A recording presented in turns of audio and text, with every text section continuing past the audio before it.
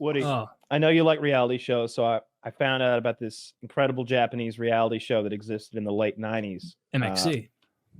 I think the guy's name was Nasubi. But here's what they did. They locked him naked in a room with nothing, and they broadcast it live for 15 months. And the only way he could get food or any possessions at all was by the big pile of magazines in the room had all those mail-in sweepstakes.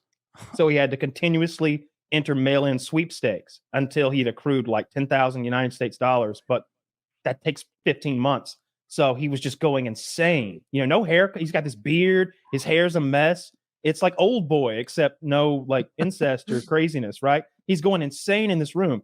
It's got 17 million viewers every Sunday night. It's huge. They edit it down into summaries that are played on weekdays. It's one of the bigger shows in the country, and people find the apartment that he's locked in. So they come in the middle of the night and they kidnap him out of the room. The producers do.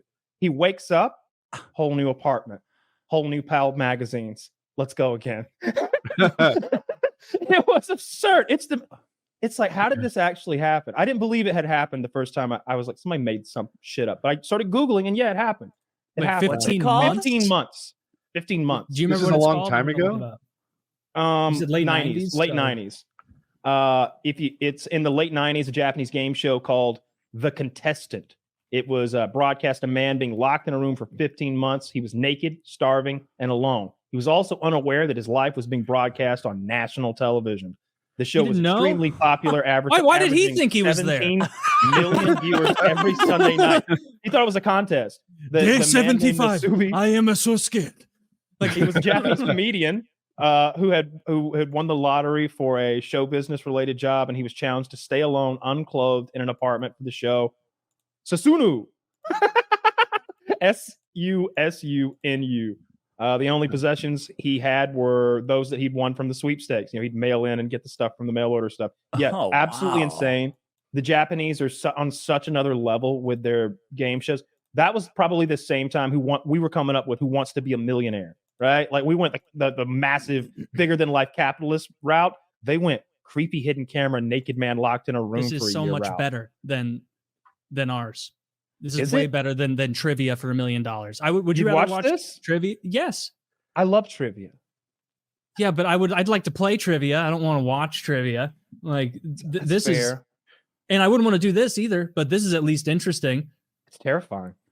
And I mean, he was challenged to enter until he won 1 million yen or whatever. That's $8,000. Yeah, but you $8,000. got to get. It's like $8,000 worth of free shit from the sweepstakes until he wins the show, I think was the deal. It's a little confusing. Yeah, but prorated, that's 15 months of your life. He said that he didn't quit because of his like Japanese spirit of determination, and also he didn't have any clothes. And also because of the lock of the door. Well, how much time have you spent on this show, Taylor? When will you hit that long of time being in this room that you're in right now? It'd be a long time to equate to 15 24-hour day or 15 months of 24-hour days. That'd be horrible. Yeah. Especially if everything you have is like free magazines.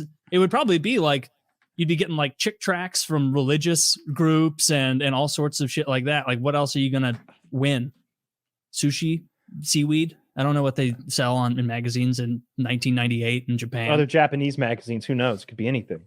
We're a very strange culture, Taylor. Nukes really set your crazy to 11, for the next 100 years or so, apparently. We beat or the maybe shit out of forever. them. You know why? You know why they bombed Hiroshima and Nagasaki with the nukes? Why they picked those two? Well, there was a weather-related event, so like I think Tokyo got called up. But the reason that Hiroshima and Nagasaki were still standing is because they saved them. They saved those cities. All the other cities were destroyed already from conventional bombing raids and firebombing raids. They saved those two to test on. But then they didn't even, not even the biggest L ever. Huh? That is a huge L. I was going to say, like, that's a lot to save 2 entire cities. Like, not even, because there was one person who's like, all right, we're going to save that city. And someone was like, no, you don't test things once. Like, you test things. We already built Batman. So that means they had what are we going to do with little boy? That was a huge L they took. and now they've got like tentacle porn, and they're working themselves like 90 hours a week until they die at 32 years old and stuff. I think they always did that. Well, they work themselves 90 hours a week till they die at 102. I think they're trying to make up for like that L they took, trying to catch back up. I mean, they did in the 80s. They're still going though. It's wild. What an industrious And the worst part, people. they don't have any diversity. So it's Not a you know, bit. Or you could say 100%. And how do they operate? Yeah. No diversity? how do they operate without all the food and music? It's 100% diverse Everything. by the NBA code of diversity. Like,